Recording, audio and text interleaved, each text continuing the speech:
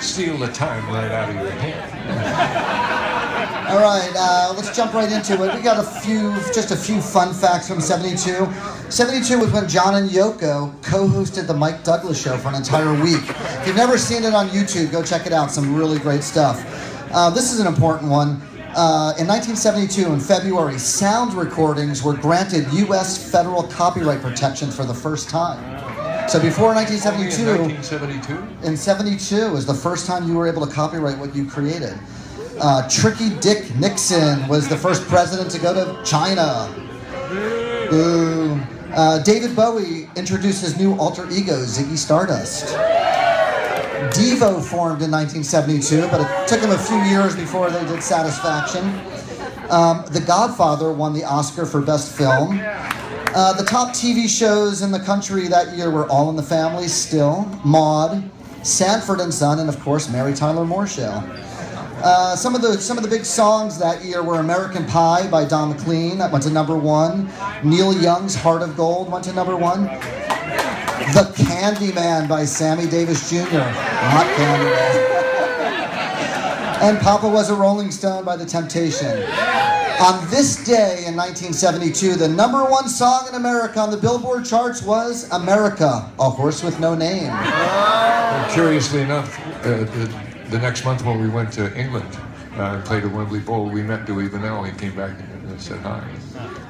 Sort of a America friendship. with Deadheads. Yeah. All right, on to the Grateful Dead. In 1972, you guys played about 90 shows. Sadly, in June of '72 was the final show with Pigpen. It was only one more show after Europe that he played, and that was in June down at the Hollywood Bowl. 1972 ended with 4 nights at Winterland in early December and then one New Year's Eve show.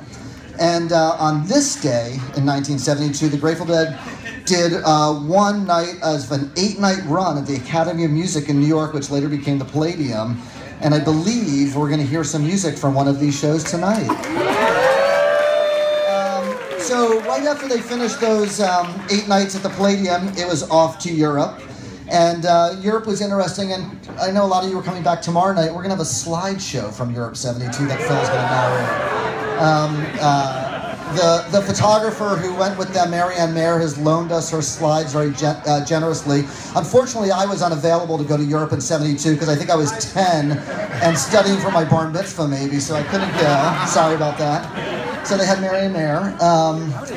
Anyway, so they get to Europe, and there's all sorts of, universities and small cafeterias and cool ballrooms and ornate theaters and whatnot.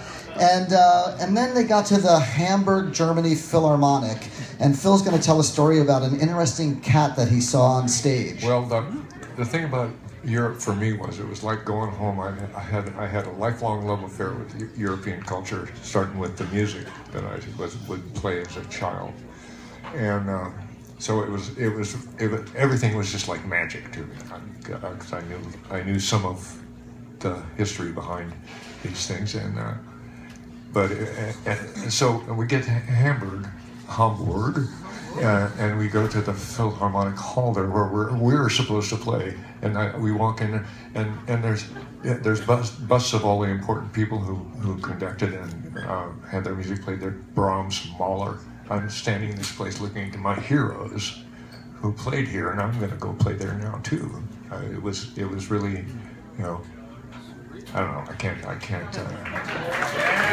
it, but it was like coming home, like I said, in kind of on an octave way, Anyway, so we go in, and we're just there to check out the hall, but the Philharmonic is rehearsing in there.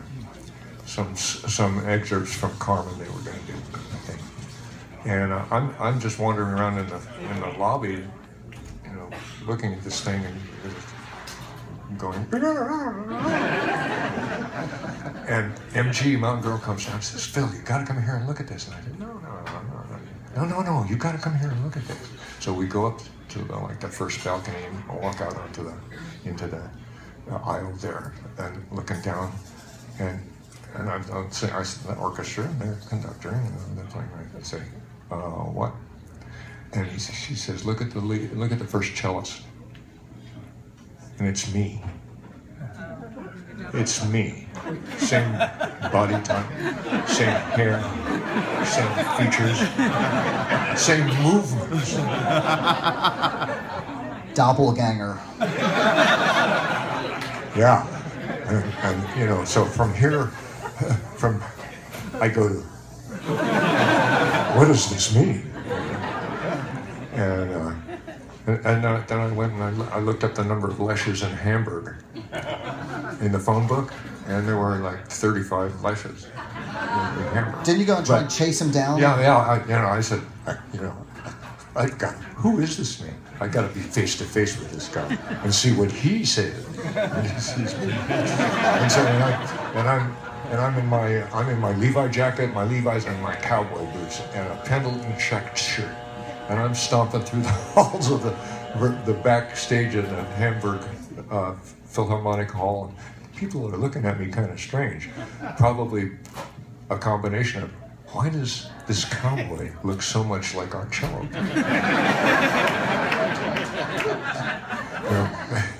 But I went to I stuck my head in all these rooms and got a lot of good looks, and there was another orchestra rehearsing in one of those basement rooms, but I never did find the guy.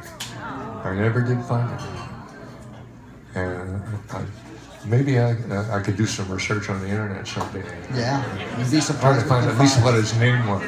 So shortly after the Hamburg shows, you guys ended up in Paris, and you were checked into your hotel, and there was a man, an angry man in purple, and he was yelling at you guys because you guys weren't like being free to the people. Everything wasn't being given away. No. This guy was a French leftist. You capiche that? He was a French leftist. In purple. Think Albert Camus.